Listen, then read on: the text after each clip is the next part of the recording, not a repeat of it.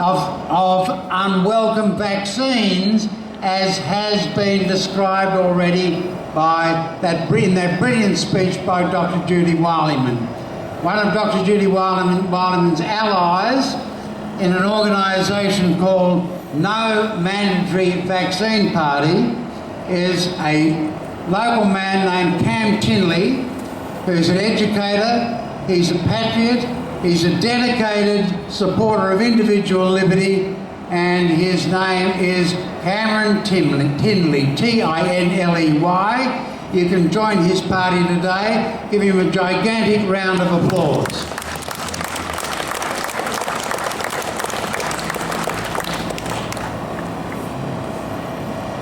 Thanks, Michael. Thanks everyone for turning up. I stood here probably 7 weeks ago to say that we were setting up a party called the No Mandatory Vaccination Party. That was 7 weeks ago. At the time we didn't have a single member. A week later we had a rally, a small rally that was organised down at Supreme Court Gardens. We still didn't have a member. And I was hoping to sign a person up. Just one person would have got us rolling. When I spoke at that rally, every single person, it seemed there were 40 people there, and I think every single person joined up. And since then, we now have 850 members, and at the rate we're going, by the next election, or by the time of the state election, we should have as many members as the Liberal or the Labor Party. And it's the memberships are rolling in at an enormous rate. And so people might think, well, how do we get that many members so quickly? How is this happening? Well, the reason it's happening is because the main people helping us are the people who occupy this building, Parliament House.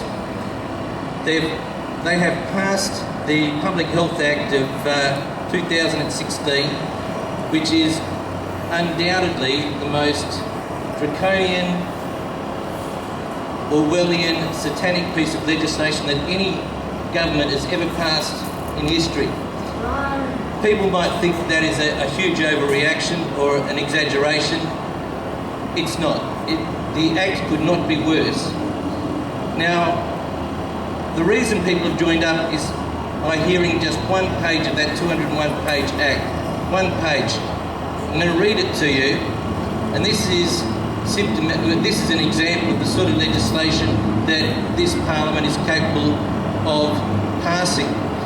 Not only, it's obvious that the members of Parliament didn't write this legislation, it was written for them, but what is more amazing that the members of Parliament didn't even read the legislation before voting on it. We're telling everybody how great it was, hadn't read a word of it. Now, I'm going to be reading the legislation. It takes less than a minute, but it's important that we read the legislation so people know what we're talking about. I'm talking about section 158 of the Public Health Act of Western Australia 2016. Enforcement of requirement to undergo medical observation, medical examination. If an authorised officer, this is part one, if an authorised officer gives a direction to a person under section 151 to undergo medical observation, medical examination or medical treatment or to be vaccinated, an authorised officer or police officer may use reasonable force to ensure that the direction is complied with, including, if necessary, the removal of anything, including underwear, that the relevant person is wearing. If the removal of the thing is reasonably necessary to enable medical examination or medical treatment to be carried out, or as the case requires, to enable a person to be vaccinated. So an authorised officer can come to your house and order you to remove all of your clothing, including underwear, so that they can perform medical treatments on you. Anybody can read this act. It's there online for anybody to read. Now, there are obviously sanctions if you don't do that. So first of all, people subjected to this will have the trauma of being stripped naked and been given a vaccination. Section 162, failure to comply with requirements and directions. A person must not, without reasonable excuse, fail to comply with a requirement of or direction given by an authorised officer exercising a serious public health incident power. Penalty for not complying with that request is a fine of $20,000. So not only will you be subject to massive psychological trauma, but you'll be destroyed financially. A $20,000 fine is what you get if you fail to comply. And people think, well, what could be worse than that? A $20,000 fine, you've got a vaccination you didn't want. What could be worse? Well, it does get worse.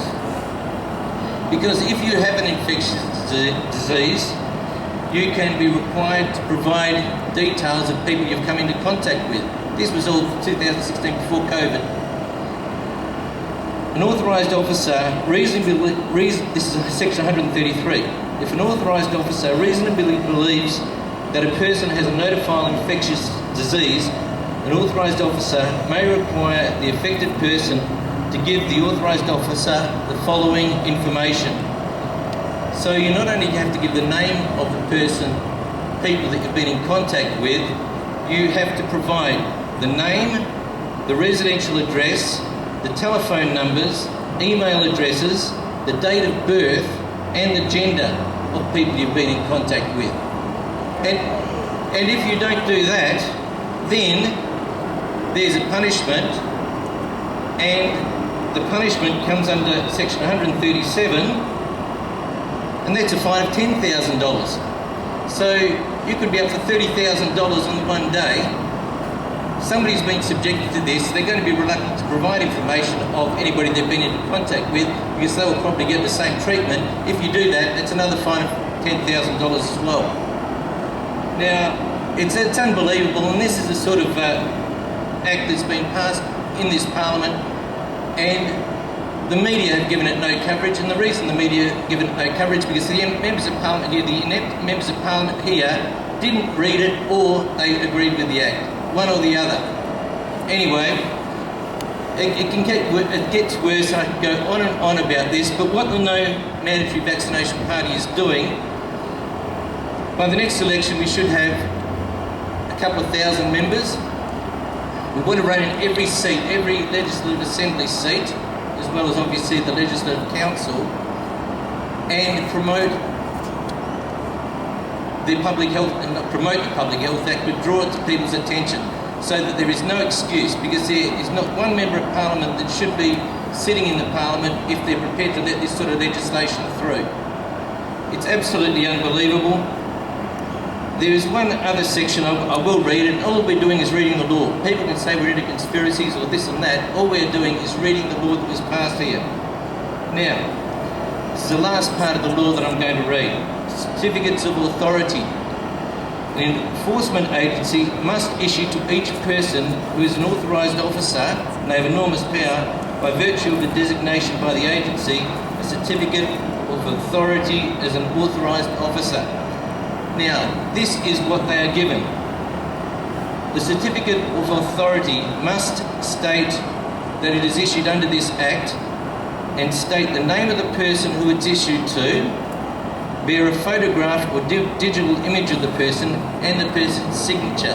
That seems pretty sort of standard stuff. If somebody's going to turn up, that they have to have some justification or some ability to prove who they are. That is what it says. But section 4, if an enforcement agency is satisfied that obtaining a photograph or digital image of a person to whom a certificate of authority is to be issued, or the person's signature would unreasonably delay the issuing of the certificate to the person, the enforcement agency may issue a temporary certificate of authority that does not comply with either of the above requirements. So they can issue a blank piece of paper that has no photograph, no signature, nothing, and they can come to your house and order you to remove your clothing and start performing medical procedures on you, including taking tissue samples, and they can take you away from your residence as well.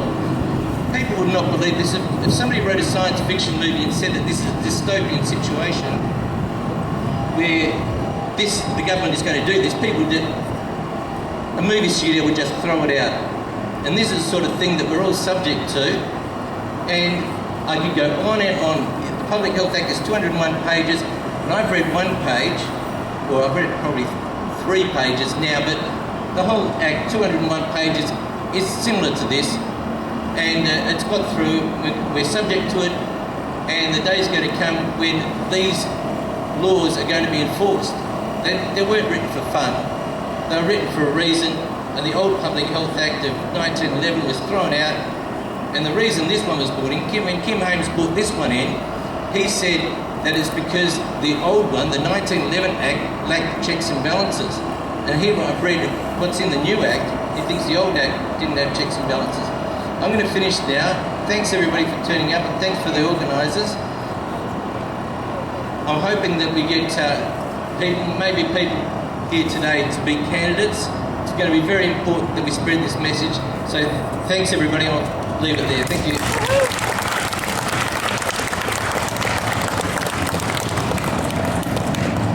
Cam has rushed back to his posse when he didn't hear me say hang about, because I want to tell you what a good man you are.